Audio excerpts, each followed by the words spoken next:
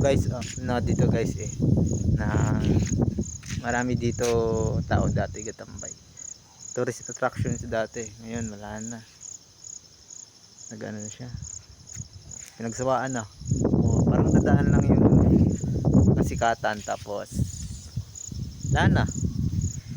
Pag pinagsawaan, di wala na dito ng tao, di ba? Ikaw na mag-isa. Sikat dito, tourist attraction ito dati. Tapos ngayon, na talagang tumatambay, halos dito nagbabanda. Isang beses may banda dito. Tapos wala na ngayon. Mataas kasi to, maganda rin dito.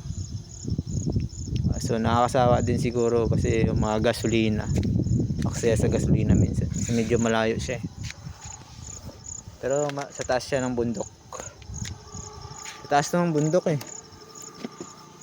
maganda yung tanawin, tahimik sa probinsya, maganda kumbaga wala kang kaba, aswang lang yung kalaban mo dito, walang mga hold upper anon. Ganda talaga probinsya. Siguro na buwan ano na tayo pa Manila noon kasi hanap buhay sa Manila yung hanap buhay dito, wala mga ganong maghanap buhay dito. Sana swertein tayo guys,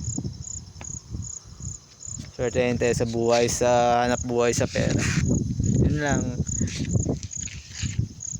yun talaga yung buhay, yung iba na unang swerte tayo sa uli pa siguro tayo late blooming o meron din simple lang, wala nang successful pero mangarap pa rin tayo guys.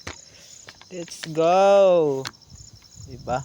Uwi na tayo, dilim na marami na tayong picture dito, baga bahala na yan. Ay wait lang, picture ko muna yung motor ko.